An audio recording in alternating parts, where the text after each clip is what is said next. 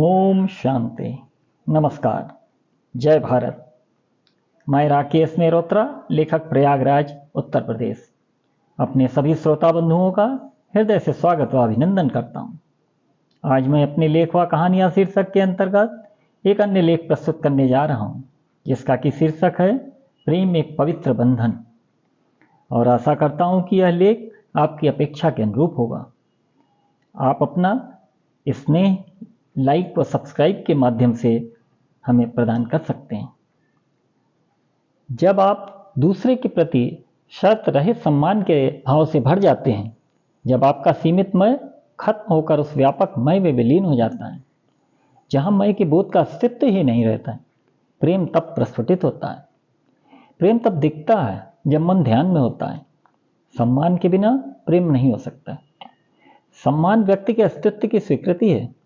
जब आप प्रेम के आगोश में होते हैं तो ओस की हर बूंद, पेड़ का हर एक पत्ता और धरती माँ का हर कण जान लेता है कि आप प्रेम की पवित्र छाया में हैं। केवल प्रेम में ही करुणा और सौंदर्य, सुव्यवस्था व शांति लाने का सामर्थ्य है। प्रेम जाना नहीं जा सकता, इसे आप केवल महसूस कर सकते हैं। प्रेम का वास्तविक अर्थ है अपने समय के कीमती क्षण किसी को देना, किसी के आंखों के आंसू चुन लेना, किसी के दिल के जख्मों पर मीठे बोल के मरहम लगा देना, बिना किसी रिश्ते के किसी के दर्द का एहसास होना। परमात्मा के बाद संसार में अगर कोई पवित्र वस्तु है तो वह है प्रेम। प्रेम ईश्वर का ही स्वरूप है। प्रेम में अथाह शक्ति है जो हमें आंतरिक ऊर्जा प्रदान करती है। प्रेम के बिना जीवन की कोई परिभाषा नहीं है। जो व्यक्ति प्रेम से विमुख है वह जड़वत है तथा संवेदना शून्य है। प्रेम की डोर हमें संस्कार से बांधती है। प्रेम एक ईश्वरीय तत्व है और यहीं से दया भाव प्रस्फुटित होता है। प्रेम का बंधन द्वेष व ईर्ष्या का दमन करता है। अतः जहाँ प्रेम है वहाँ सात्विकता है। भारतीय चिंतन में प्रेम बंधन सर्वोपरि है। प्रेम में समर्पण, त्याग, ममत्व व वात्सल्य जैसे सराहनीय गुण सन्निहित हैं। प्रेम भगवान का नियम है। वास्तव में प्रेम में ही सृष्टि समाई हुई है, जिसमें हर रिश्ते का जुड़ाव बना रहता है तथा परमेश्वर प्रेम के आधार पर ये पृथ्वी कायम है। मनुष्य का यह प्रेम उसे दूसरों से प्रेम करने और उसके हित का ध्यान रखने के लिए प्रेरित करता है। इसीलिए प्रेम ही जीवन की धुरी है। दूसरे शब्दों में हम कह सकते हैं कि प्रेम सबके हृदय को जोड़ने वाला एक दिव्य गोंद है। यह शक्तिशाली, दिव्य एवं महान औषधि है। श्रद्धा, भक्ति व प्रेम से रहित जीवन सूखे पत्ते के समान है तथा उसे मृत के समान ही माना जाता है। प्रेम ही दिव्य है तथा इस धरती की सबसे बड़ी शक्ति के रूप में स्थित है। इससे केवल मनुष्य के ही हृदय को नहीं जीता जा सकता, यह शत्रु को भी अपने अधीन कर लेता है। इसकी शक्ति बहुत असीम होती है तथा गहराई अथाह है। इसका स्वरूप अचिंत्य है। इसका महत्व अवर्णनीय है। इसके माध्यम से वन्य पशु भी आपके वश में आ जाते हैं। जिसके हृदय में प्रेम का भाव होता है वहां सुख समृद्धि का वास होता है। प्रेम तो अलौकिक तत्व है। सच्चा प्रेम वही है जो निस्वार्थ किया जाए, जिसके पीछे कोई चाहत न हो। कबीरदास जी ने अपनी वाणी में प्रेम की बड़ी सुंदर विवेचना की है। पोथी पढ़ पढ़ जग मुआ, पंडित भया न कोय, ढाई आखर प्रेम का, पढ़े सो पंडित होए। इसके पीछे उन्होंने जो ज्ञान का रास्ता दिखाया है कि इस ढाई अक्षर में दुनिया भर का प्रेम समाया हुआ है। यही प्रेम परमात्मा का ही स्वरूप है। प्रेम तो अनासक्त योग है। उन्होंने अपनी पुस्तक में उद्धृत किया है कि सच्चा प्रेम वही है जो हर स्थिति में समान रहे, और ऐसा प्रेम तो ज्ञानियों का होता है। विषम परिस्थिति में भी बदलाव नहीं आता है। ऐसा प्रेम सौहार्द व खुशी से भरपूर होता है, और जहाँ प्रेम की डोर टूटती है वहाँ कलह, हिंसा, आपदा, लड़ाई झगड़ा शुरू हो जाता है। प्रेम जीवन का सर्वोत्तम ज्ञान है। प्रेम का उद्देश्य भोग न होकर योग है। प्रेम वह एहसास है जो व्यक्ति को कभी मुरझाने नहीं देता। बाह्य आकर्षण कभी प्रेम नहीं होता। वस्तुतः प्रेम आकर्षण नहीं, समर्पण का विषय है। इसी तरह ईश्वरीय प्रेम बंधन में बंधा व्यक्ति संरक्षित होने की अनुभूति करता है। उसका मानस अलौकिक भाव से भरा होता है। उसके अंदर प्रेम के बदले की कोई चाह नहीं होती है। यही सात्विकता है। प्रेम करने की भावना स्वयं में एक पुरस्कार है। प्रेम का कभी सौदा नहीं होता। प्रेम जब आत्मसमर्पण करता है तो कुछ भी बचा कर नहीं रखता। लेकिन जब आप भौतिक चीज़ों में प्रेम तलाशते हैं तो आपका प्रेम भौतिकता में सिमट कर रह जाता है और आप वास्तविक प्रेम के आनंद से दूर हो जाते हैं। यहाँ यह ध्यान देने का विषय है कि आज हम जीवन यापन सहज भाव से नहीं कर पा रहे हैं। हम शांति, प्रेम व प्रसन्नता की खोज के लिए बाहर दर दर भटक रहे हैं। हम भौतिक सुख देने वाली वस्तुओं से लिपटकर खुशी ढूंढ रहे हैं। हम मंदिर जाकर, संतों के पास जाकर शांति व प्रसन्नता ढूंढ रहे हैं। हम हमेशा कुछ न कुछ खोजते रहते हैं, जबकि प्रेम व प्रसन्नता का अर्थ है कि हम बिना किसी बाहरी चाह के अपनी मूल अवस्था में रहें। मगर इससे इतर रहते हुए हम शांति, प्रेम, प्रसन्नता व सम्मान की भीख मांगते फिर रहे हैं। हम अपने अंदर विद्यमान उस संपत्ति को महसूस ही नहीं कर पा रहे हैं। धीरे धीरे फिर एक ऐसा बिंदु आता है जब हमें लगता है कि वे हमारे पास है ही नहीं, जबकि शांति, प्रेम, प्रसन्नता हमारी आत्मा का मूल गुण है, परंतु पूरे दिन हम इसका उपयोग नहीं करते। इसीलिए हम पीछे छूट जाते हैं।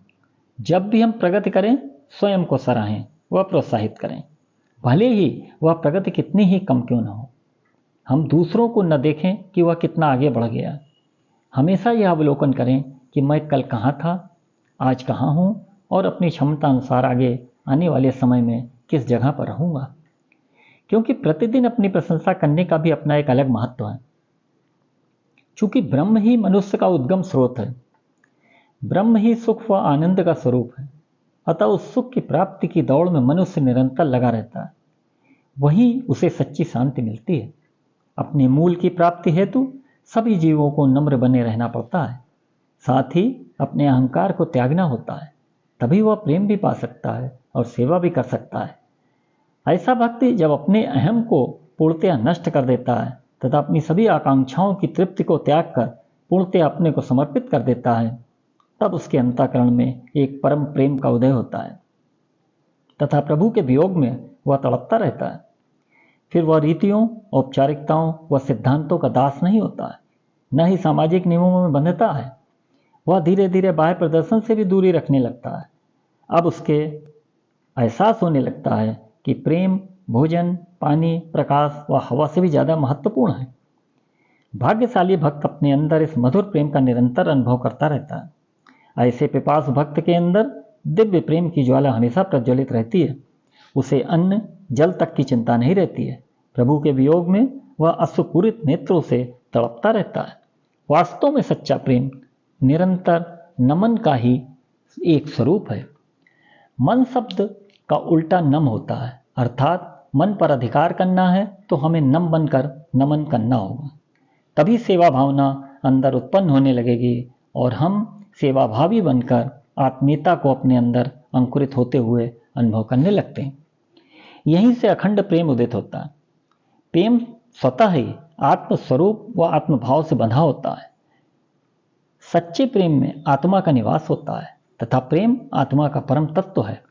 इसी कारण मनुष्य में नम्रता और मन में प्रेम होना परम आवश्यक है। अतः हमें निस्वार्थ सेवा, संतों के साथ सत्संग, प्रार्थना व गुरु मंत्र के जाप आदि के द्वारा विश्वव्यापी प्रेम को उत्तरोत्तर विकसित करना है। प्रारंभ में जब मानव हृदय स्वार्थ भावना से संकीर्ण रहता है तो केवल अपनी पत्नी, बच्चे, परिवार व कुछ मित्रों एवं सगे संबंधियों तक ही सीमित रहता है। धीरे धीरे वह विचारों को विकसित करते हुए अपने अंदर विश्वव्यापी प्रेम का अनुभव करने लगता है। प्रेम भावना के विस्तार से वह सदैव कुटुंबकम पवित्र जागृत होने लगती है। इस अवस्था में भेद की सारी दीवारें ध्वस्त हो जाती हैं तथा हृदय की विशालता अपरिमित हो जाती है। इस राह पर प्रारंभ में आपके अशुद्ध संस्कार बाधा डालते हैं, मगर दृढ़ निश्चय, संकल्प व धैर्य के साथ आप सारी बाधाओं को सुगमता से पार कर सकते हैं। धीरे धीरे प्रभु की कृपा दृष्टि आप पर पड़ने लगती है। आपको हमेशा यह ध्यान रखना चाहिए कि प्रेम हमेशा ऊपर की ओर हमें ले जाता है, ठीक वैसे ही जैसे दीपक की लौ हमेशा ऊपर की ओर उठती है और हमारी प्रगति में बाधक हर चीज को जला देती है। हमें यह समझना चाहिए कि शुद्ध प्रेम महान समताकारी होता है। इससे समानता व समदृष्टि जन्म लेती है। मीरा, तुकाराम, रामदास व कबीर आदि अनेकों संतों ने इस विश्वव्यापी प्रेम का रसास्वादन किया है। इस तरह के प्रेम में सारे विवाद व भेदभाव मिट जाते हैं। केवल और केवल प्रेम का ही साम्राज्य चारों तरफ नजर आता है। प्रेम से बड़ा कोई धर्म या धन नहीं है। प्रेम से बड़ा कोई ज्ञान नहीं है। प्रेम ही सत्य है, प्रेम ही ईश्वर है। इस संसार का जन्म ही प्रेम से हुआ है और प्रेम पर ही टिका हुआ है और अंत में प्रेम में ही विलीन हो जाना है। ईश्वर की बनाई इस सृष्टि के कण कण में प्रेम का ही दर्शन होता है। इसीलिए प्रेम मधु का रस अवश्य चखें। आप हमेशा अपने पदतल के तृण से भी अधिक नम बने, वृक्ष से अधिक धैर्यवान बने, बिना किसी अपेक्षा के सबका सम्मान करें। तभी प्रेम की समरसता सर्वत्र बहेगी। ऐसे प्रेम के बल पर ही यह संसार टिका हुआ है। यही एकमात्र प्रेम आपको अमरत्व और शाश्वत शांति प्रदान करेगा। अब अंत में मैं आपसे विदा लेना चाहता हूँ और आपको आश्वस्त करता हूँ कि बहुत शीघ्र ही मैं अपना नया लेख लेकर आपके समक्ष उपस्थित रहूँगा। तब तक आप स्वस्थ व सानंद से रहें। ओम शांति। नमस्ते। जय भारत।